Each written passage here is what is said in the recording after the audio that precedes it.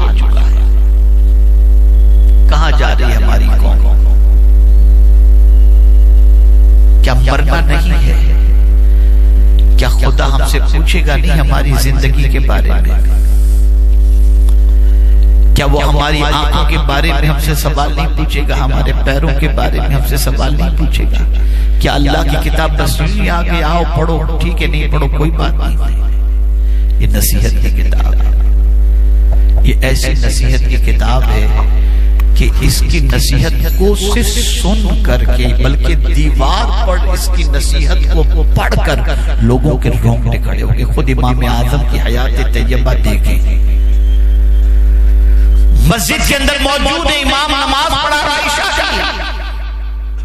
इमाम ने नमाज के अंदर सूरतुल ज़िलज़ाल की तिलावत की और जैसे ही इमाम ने पढ़ा फमन यअमल मिस्काल ज़र्रतिन खैरन यरा वमन यअमल मिस्काल ज़र्रतिन शर्रन यरा, इमाम आज़म कांपने लगे। नमाज खत्म हुई, जब मस्जिद से लोग जाने लगे तो इमाम आज़म ने फरमाया एक काम करो, खादिम से कहा तुम बाहर से ताला मारो। इमाम आज़म रात, कौन इमाम आज़म? जहां आज उनका मजार शरीफ है ना, वहीं पर उन्होंने 7000 कुरान शरीफ खत्म किए। माह रमजान में इमाम आज़म की आदत करीमा थी 63 कुरान शरीफ माह रमजान में खत्म करते थे। वो इमाम आज़म जिन्होंने 40 साल तक इशा की वुजू से फज्र की नमाज अदा की, वो इमाम आज़म, वो इमाम आज़म। और जिनके बारे में इमाम शाफी रहमतुल्लाह तआला अलैह फरमाते हैं, मुझे जब कोई मसला दरपेश होता तो मैं 2 रकात पढ़कर इमाम आज़म की बारगाह में हाजिर होता, उनके वसीले से दुआ करता, मेरा मसला हल हो जाया करता। वो इमाम आज़म पूरी रात मस्जिद के कोने में खड़े रहकर इबादत कर रहे हैं, यहां तक कि पूरी रात इबादत करते करते सुबह हो गई। मालूम नहीं कि खादिम ने कब दरवाजा खोला। अजान का वक्त हुआ, खादिम ने दरवाजा खोला, देखा तो इमाम आज़म अपनी दाढ़ी को हाथ में लिए हुए थे, आंसू आंखों से जारी थे और सिर्फ इतना कह रहे थे, अल्लाह अगर तूने नौमान को माफ कर दिया तो ये तेरा बहुत बड़ा करम होगा। और पूरी रात रोते रोते इमाम आज़म ने गुजार दी, पूरी रात रोते रोते। जब महसूस हुआ कि कोई करीब आया तो इमाम आज़म ने फौरन अपने आंसू पोंछे और उसके बाद करीब आए हुए मस्जिद के खादिम से फरमाया, जो कुछ तूने देखा है ना, मैं जब तक जिंदा हूं किसी को बताना नहीं। क्या अल्लाह वाले थे, अपनी इबादतों को छुपाते थे, हम छुपाते हैं, वो अपनी नेकियां छुपाते थे। रसूल आज़म सल्लल्लाहु अलैहि वसल्लम के दीवानों, वल्लाह मैं कहता हूं इल्ला माशाअल्लाह, दिल बहुत सख्त हो गया है, लोगों का दिल बहुत सख्त हो गया। अब न जहन्नम के तस्करे का कोई असर होता है, न अल्लाह के खौफ की बातों का कोई असर होता है, न कुरान का कोई असर होता है। और बदबख्ती की ये बहुत बड़ी अलामत है कि जब अल्लाह और उसके रसूल की बातों का असर दिल पर न हो, बल्कि अगर आंखों से आंसू न निकले तो ये बदबख्ती की सबसे बड़ी अलामत फरमाया गया है। जुमूदुल ऐन बदबख्ती की अलामत है। ऐ रसूल आज़म सल्लल्लाहु अलैहि वसल्लम के दीवानों, तो कुरान से नसीहत सीखो, कुरान की नसीहत पर अमल करो। ये मत का काम ही ये है, वो नसीहत नहीं करेंगे तो इनकी रोजी रोटी कैसे चलेगी? नहीं, कुरान की नसीहत को फॉलो करो, ये नसीहत की किताब है। इसीलिए अल्लाह ने फरमाया बहुत सारी बीमारियां ऐसी है जिसका इलाज डॉक्टर के पास नहीं है, कुरान के पास मौजूद है। बहुत सारी बीमारियां और खास बीमारी अल्लाह फरमाता है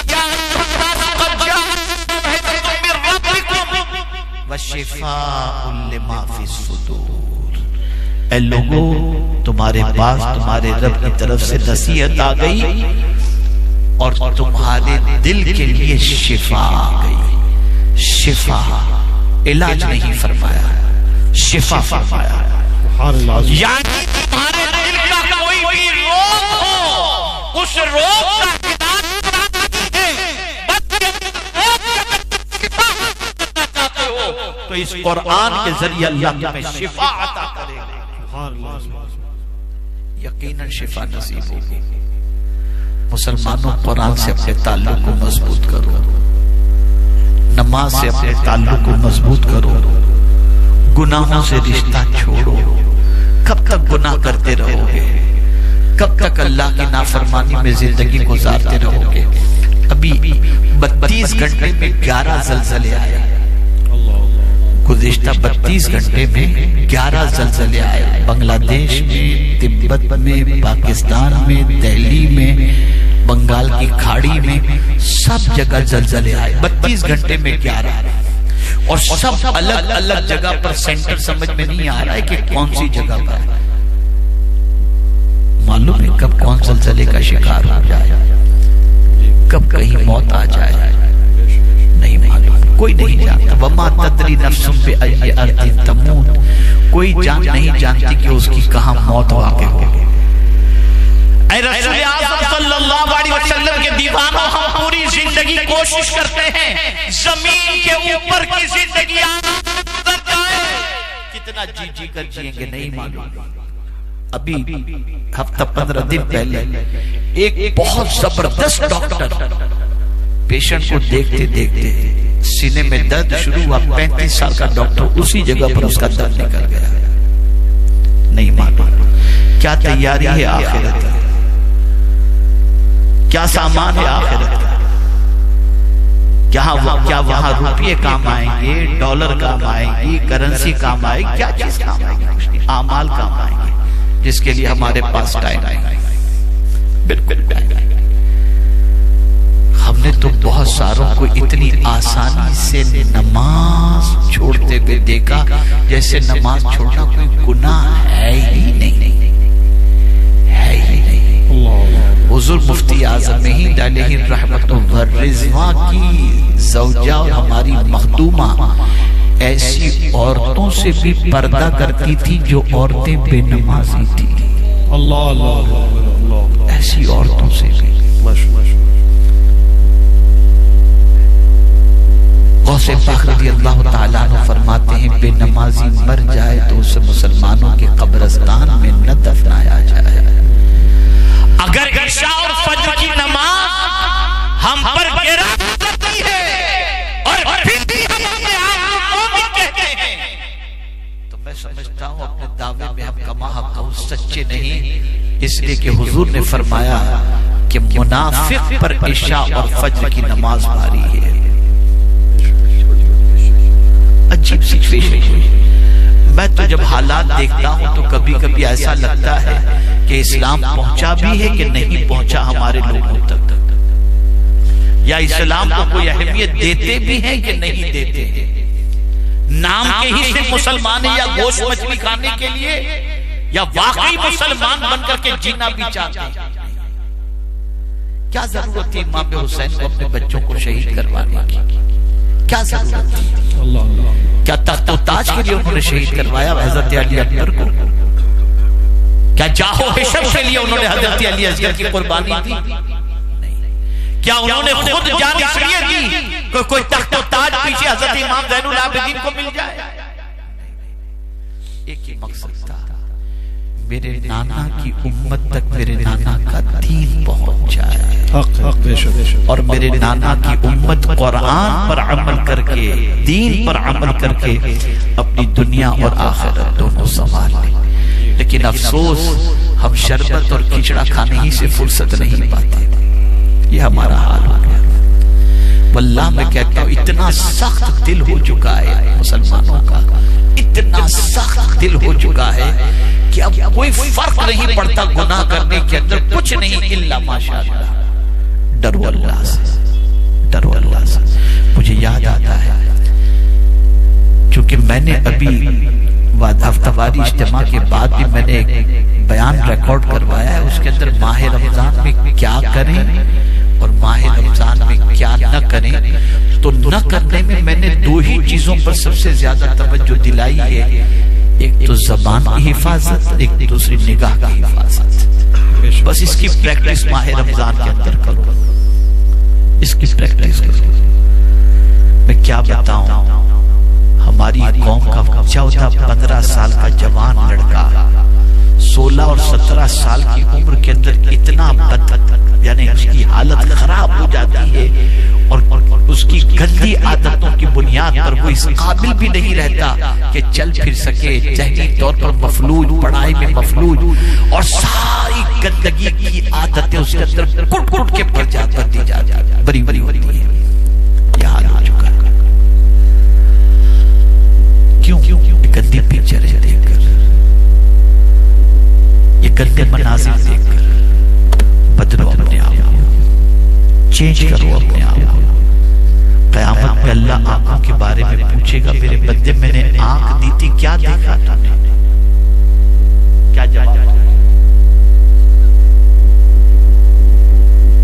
क्या जवाब दोगे अल्लाह अज़्ज़ा व जल्ल को? मुझे याद आ रहा है हज़रत बायज़ीद बुस्तामी अलैहि रहमतुल्लाह व रिज़वान का वाक़या। एक शख्स जो कई गुनाह के अंदर गिरफ्तार था, भाई साहब जरा उधर जाके बात करें, एक बदबदुर शरीफ पढ़े, अल्लाहुम्मा सल्ली अला सय्यिदिना मौलाना। बायज़ीद बुस्तामी अलैहि रहमतुल्लाह की बारगाह में एक नौजवान हाजिर हुआ, कहते हैं हुजूर बहुत सारे गुनाह से अल्लाह ने मुझे तौबा की तौफीक अता फरमा दी, लेकिन एक गुनाह ऐसा है जिससे मैं बच नहीं पाता। उन्होंने पूछा नहीं कि कौन सा गुनाह, वो खुद ही सामने से कह उठा, हुजूर मेरी निगाहें गंदी हो जाती हैं, भटक जाती हैं, राह चलती हुई लड़कियों को, औरतों को मैं ताकने लग जाता हूँ, हुजूर इस गुनाह से बच जाओ, इसके लिए मुझे कोई नुस्खा अता फरमाए। एक ही जुमला इरशाद फरमाया, बेटे जब तेरा नफ्स या शैतान किसी औरत को, किसी लड़की को देखने के बारे में तुझे वरगलाए, तो एक ख्याल अपने जहन में ले आना कि तू उसे देख रहा है और तेरा खुदा तुझे देख रहा है, तो उसे देख रहा है और तेरा खुदा तुझे देख रहा है। जा बेटा इस सब्र को कायम रखना।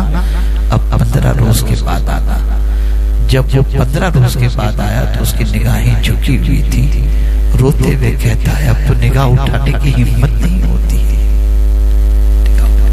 गंदी पिक्चर देखते पर जरा सोचो, जरा ख्याल करो, कौन देख रहा है? उससे छुप कर कहां जाओगे? कहां जाओगे उससे छुप कर? वो तो दिलों के भेद